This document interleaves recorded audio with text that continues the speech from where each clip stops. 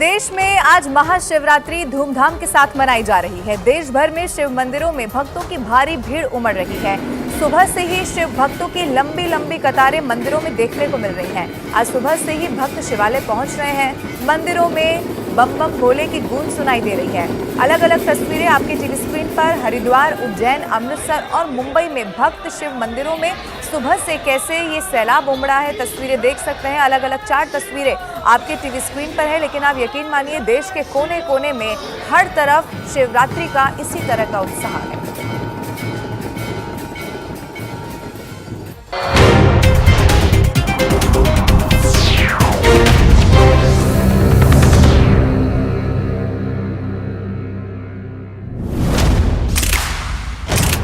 सुबह की वो अहम खबरें जो बदलती हैं दिन का रुख, तय करती हैं देश की दशा और दिशा और डालती हैं आपकी जिंदगी पर सीधा असर। रखिए हर खबर पर मेरे साथ नजर। देखिए न्यूज 18 इंडिया मॉर्निंग प्राइम, सिर्फ न्यूज 18 इंडिया पर। जन जन की आस्था का सिरहाट लोकसभा क्षेत्र का हिस्सा है, लेकिन इसकी भौगोलिक स्थिति इसे बंगाल के दूसरे विधानसभा क्षेत्रों से अलग करती है, क्योंकि ये दुनिया के सबसे बड़े डेल्टा सुंदरबन का हिस्सा है और वहां के 104 टापुओं में एक टापू है। जब नदियां समुद्र से मिलती हैं तो वो अपने साथ बहाकर लाए गए मिट्टी, कंकड़ और पत्थर को समुद्र के किनारे छोड़ देती हैं और इसे ही डेल्टा कहते हैं। और सुंदरबन तो दुनिया का सबसे बड़ा डेल्टा है, जो भारत और बांग्लादेश के बीच करीब 10,000 वर्ग किलोमीटर तक फैला है। और यहाँ भारत की गंगा और ब्रह्मपुत्र और बांग्लादेश की मेघना नदी बंगाल की खाड़ी में गिरती हैं और इसीलिए बंगाल का संदेश खाली नदियों से घिरा हुआ है। वहां जाने के लिए नेताओं को नाव का इस्तेमाल करना पड़ता है। शुभेंदु अधिकारी हो या सुकांत मजुमदार, ये सभी बसीरहाट के धामाखाली घाट तक तो गाड़ियों से पहुंच गए थे, लेकिन धामाखाली से संदेश खाली जाने के लिए इन्हें नाव पर सवार होना पड़ा था। यानी जिस संदेश खाली पर बंगाल का सियासी पारा चढ़ा, नेताओं के लिए वहां पहुंचना ही मुश्किल था। लेकिन संदेश खाली की महिलाओं ने शाहजहां शेख पर इतने गंभीर आरोप लगाए कि संदेश खाली बंगाल की सियासत का केंद्र बन गया और करीब 12,000 की आबादी वाले संदेश खाली पर बंगाल का सियासी पारा चढ़ गया।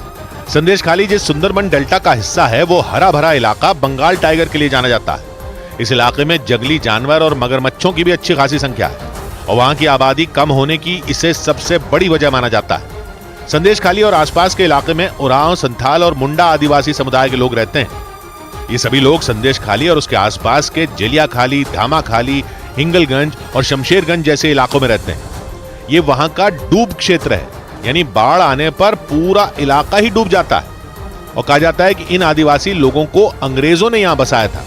यानी भारत के राज्य बंगाल और बांग्लादेश की सीमा पर बसे संदेश खाली के लोगों की जिंदगी मुश्किल थी।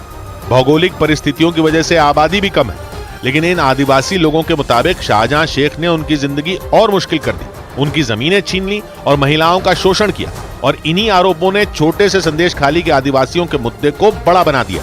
इधर हरियाणा के नूंह जिले की चंद्रावती सीनियर सेकेंडरी स्कूल में नकल कराने का वीडियो वायरल होने के बाद वहां सुरक्षा के तगड़े इंतजाम कर दिए गए, क्योंकि स्कूल की बिल्डिंग पर चढ़कर नकल कराने के इस वीडियो से हरियाणा सरकार की बहुत किरकिरी हुई। इसी वजह से नकल रोकने के लिए सरकार ने स्कूल के बाहर पुलिस के साथ अर्धसैनिक बल के जवान भी तैनात कर दिए, ताकि किसी भी सूरत में बोर्ड परीक्षा के दौरान नकल पर लगाम लगाई जा सके। क्योंकि सोशल मीडिया पर नूंह जिले के चंद्रावती सीनियर सेकेंडरी स्कूल की जो तस्वीरें सामने आई, उन्हें देखने के बाद पूरे राज्य में हड़कंप मच गया। उस वीडियो में नकल कराने के लिए कई लोग स्कूल की बिल्डिंग पर चढ़े नजर आए। कोई पहली मंजिल के रोशनदान से लटककर नकल की पर्ची अंदर पहुंचाने की कोशिश करता दिखा, तो कोई दूसरी मंजिल के रोशनदान पर चढ़कर अपने रिश्तेदार को नकल कराने में जुटा रहा। हैरानी की बात यह रही कि वहां एक दो नहीं बल्कि कई लोग इसी तरह स्कूल की इमारत पर चढ़कर और अपनी जान की बाजी लगाकर नकल कराने की कोशिश करते दिखाई दिए। वहां से आई एक दूसरी तस्वीर में कुछ लोग स्कूल की चारदीवारी पर खड़े होकर अंदर पर्ची पहुंचाने की कोशिश करते दिखे, जबकि एक और वीडियो में कुछ लोग रोशनदान से लटके हुए लोगों की मदद करते नजर आए। कुछ लोग तो स्कूल की छतों पर चढ़ गए। बाद में नकल कराने का ये वीडियो सोशल मीडिया पर वायरल हो गया। इसके बाद हरियाणा सरकार एक्शन में आई। परीक्षा के दौरान नकल रोकने के लिए सरकार ने स्कूल के बाहर पुलिस के साथ अर्धसैनिक बल के जवानों को भी तैनात कर दिया। संदेश खाली पर बंगाल में सियासी बवाल जारी रहा। कोलकाता से संदेश खाली रवाना हुई बीजेपी सांसद लॉकेट चटर्जी को हिरासत में ले लिया गया। इस मुद्दे पर उनके साथ प्रदर्शन करने वाली महिलाओं के साथ भी यही हुआ। एक दिन पहले ही संदेशखाली में आदिवासी महिलाओं से गैंगरेप के आरोपी शाहजहां शेख की कस्टडी सीबीआई को मिली थी। और अगले ही दिन बीजेपी की महिलाओं ने प्रदर्शन किया, यानी शाहजहां शेख की गिरफ्तारी के बावजूद बंगाल में संदेशखाली पर बवाल जारी रहा। कोलकाता से संदेशखाली रवाना हुई लॉकेट चटर्जी और बाकी महिलाओं को पुलिस ने रोक दिया। इस चक्कर में धक्का मुक्की और खूब कहासुनी हुई। आगे नहीं बढ़ पाने पर ये महिलाएं सड़क पर बैठ गईं। इसके बाद पुलिस ने जबरदस्ती इन्हें उठाया और पुलिस की गाड़ी में बैठाया, लेकिन इस दौरान प्रदर्शन करने वाली महिलाओं की पुलिस से झड़प हो गई। पुलिस ने कई महिलाओं को धक्का देकर पुलिस की गाड़ी में बैठाया, लेकिन कुछ महिलाएं अड़ गईं, कुछ तो पुलिस पर भड़क गईं। इसके बाद एक पुलिस वाले ने हाथ जोड़ लिया और उन्हें पुलिस की गाड़ी में बैठा दिया। एक महिला को ले जाते समय पुलिस और लॉकेट चटर्जी के बीच खींचतान हो गई और वो भड़क गई। इन महिलाओं को पुलिस ने कोलकाता के न्यू टाउन से हिरासत में लिया, लेकिन पुलिस की इस गाड़ी में लॉकेट चटर्जी को नहीं बिठाया गया और उन्हें एक अलग गाड़ी से ले जाया गया। लॉकेट चटर्जी ने कुछ दिन पहले भी संदेशखाली जाने की कोशिश की थी, लेकिन उन्हें वहां जाने से रोक दिया गया था। और एक बार फिर लॉकेट चटर्जी के साथ वही हुआ। पुलिस के इस व्यवहार पर वो भड़क गई। पुलिस वालों ने जब उन्हें समझाने की कोशिश की तो वो और नाराज हो गई। पुलिस के हाथ लगाने पर तो लॉकेट चटर्जी का पारा 7वें आसमान पर पहुंच गया।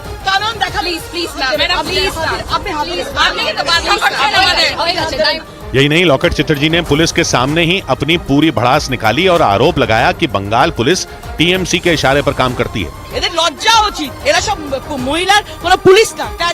मीडिया के सवाल पूछने पर भी वो खूब भड़की।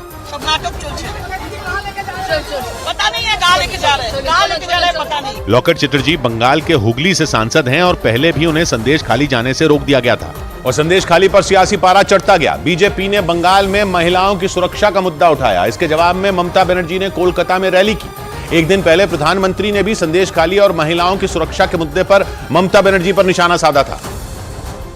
और इसके अगले ही दिन ममता बनर्जी ने कोलकाता में रैली की। वो टीएमसी की महिला विंग की कार्यकर्ताओं के साथ सड़कों पर उतरी और कोलकाता की सड़कों पर मार्च निकाला।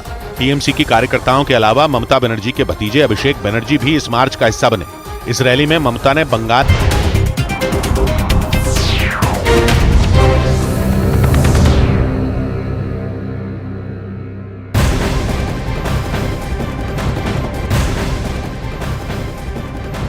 और अब एक ब्रेकिंग न्यूज आपको बता दें, लोकसभा चुनाव को लेकर सीट शेयरिंग का फॉर्मूला क्या होगा, इसको लेकर बीजेपी में बैठकों का दौर लगातार जारी है। देर रात अमित शाह के आवास पर एक अहम बैठक हुई है। बैठक में बीजेपी अध्यक्ष जेपी नड्डा, टीडीपी अध्यक्ष चंद्रबाबू नायडू मौजूद रहे। साथ ही जनसेना पार्टी के राष्ट्रीय अध्यक्ष पवन कल्याण भी इस बैठक में शामिल हुए हैं। सूत्रों के हवाले से खबर यह है कि बैठक में बिहार और आंध्र प्रदेश में गठबंधन और सीट शेयरिंग फॉर्मूले पर चर्चा हुई।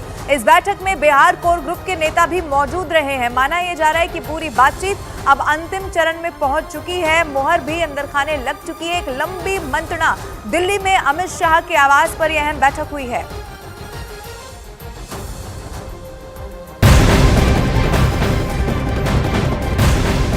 और दिल्ली में ही एलजेपी अध्यक्ष चिराग पासवान ने जेपी नड्डा से की है मुलाकात। बैठक में बिहार में सीट शेयरिंग को लेकर बातचीत हुई। जेपी नड्डा के आवास पर करीब आधे घंटे तक ये बैठक चली है। यानी कि माना यह जा रहा है अब पूरी तरह से तैयारी। पहली सूची बीजेपी ने जारी कर दी है, दूसरी सूची की तैयारी इस वक्त की जा रही है और हाई लेवल मीटिंग इसको लेकर लगातार चल रही है। दिल्ली में एलजेपी अध्यक्ष चिराग पासवान ने जेपी नड्डा से मुलाकात की है। बैठक में बिहार में सीट शेयरिंग को लेकर फॉर्मूला क्या होगा, इसको लेकर एक लंबी मंत्रणा हुई है। जेपी नड्डा के आवास पर जानकारी यह है कि करीब आधे घंटे तक ये बैठक चली है और इसी तरह आगे भी ये महामंथन चलता रहेगा, ये माना जा रहा है। सबसे बड़ी खबर, बैठकों का दौर दिल्ली में चल रहा है।